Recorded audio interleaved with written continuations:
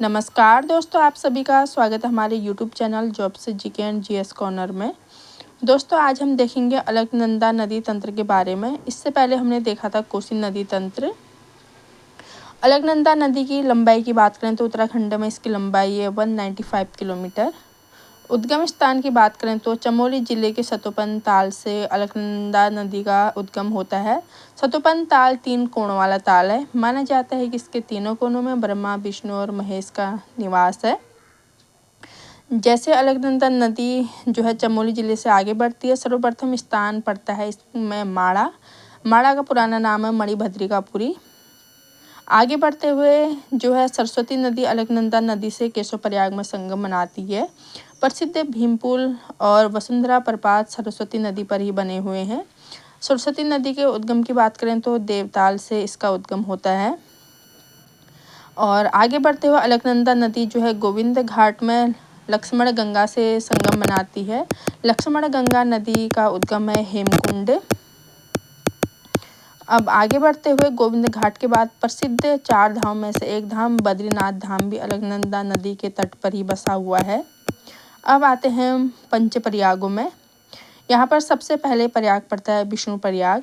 विष्णु प्रयाग जो है अलकनंदा नदी और पश्चिमी धौलीगंगा नदी के संगम पर बसा हुआ है। पश्चिमी धौलीगंगा नदी के उद्गम की बात करें तो कुनलुग नामक स्थान से इसका उद्गम होता है, धौलगिरी पर्वत के कुनलुग नामक स्थान से। आगे बढ़ते हुए दूसरा प्रयाग पड़ता है नंद प्रयाग, जो बसा है नंदाकिनी और अलकनंदा नदी के संगम पर। नंदाकिनी नदी के उद्गम की बात करें तो नंद घूंघटी त्रिशूल पर्वत से इसका जो है उद्गम होता है। तीसरा प्रयाग पड़ता है कर्ण प्रयाग। कर्ण प्रयाग है अलकनंदा नदी और पिंडर नदी के संगम पर। पिंडर नदी का उद्गम है पिंडारी ग्लेशियर बागेश्वर। पिंडर नदी को ही कर्णगंगा नदी के नाम से भी जाना जाता है। चौथे प्रयाग की बात करें तो ये है मंदाकिनी और अलकनंदा नदी के संगम पर। मंदाकिनी नदी का जो उद्गम है मंत्रांचल पर्वत चौराबाड़ी ताल से इसका उद्गम होता है। चौराबाड़ी ताल के ही नीचे पर बसा है प्रसिद्ध केदारनाथ मंदिर। रुद्रप्रयाग के बाद पांचवें प्रयाग की बात करें तो वो पड़ता है देवप्रयाग।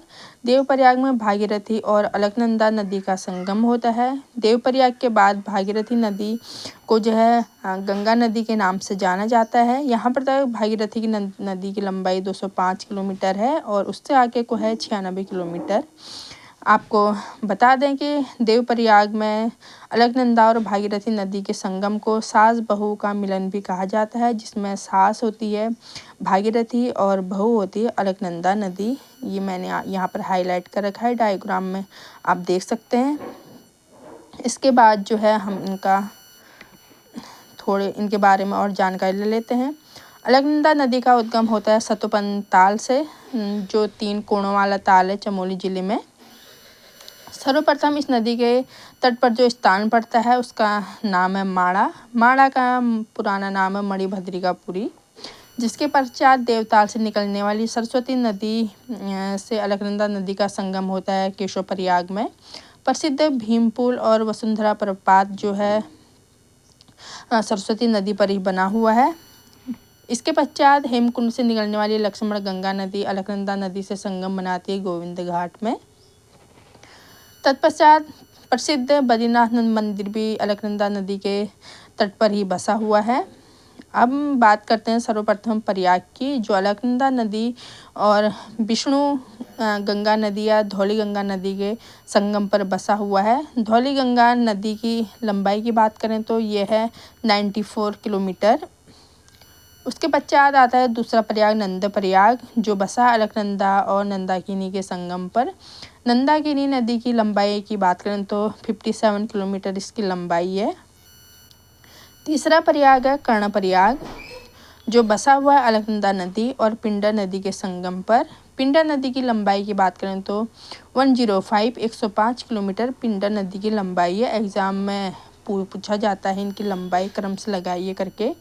चौथा प्रयाग की बात करें तो जो है रुद्रप्रयाग, ये बसा है मंदाकिनी और अलकनंदा नदी के संगम पर। मंदाकिनी नदी की लंबाई की बात करें तो 72 किलोमीटर की लंबाई है। मंदाकिनी नदी का जो है उद्गम है चौराबाड़ी ताल है, जहाँ पर को जो है आपदा आई हुई थी। और 5वां प्रयाग है देव प्रयाग, जो बसा है भागीरथी प्लस अलकनंदा नदी के संगम पर। देव प्रयाग के बाद भागीरथी नदी को गंगा नदी के नाम से जाना जाता है, जहाँ पर तक भागीरथी की नदी की लंबाई 205 किलोमीटर है और देव प्रयाग से आगे को गंगा नदी की लंबाई जो है 96 किलोमीटर है। ये मैंने आपको जानकारी दे दी है डायग्राम के साथ भी और थ्योरी के साथ भी।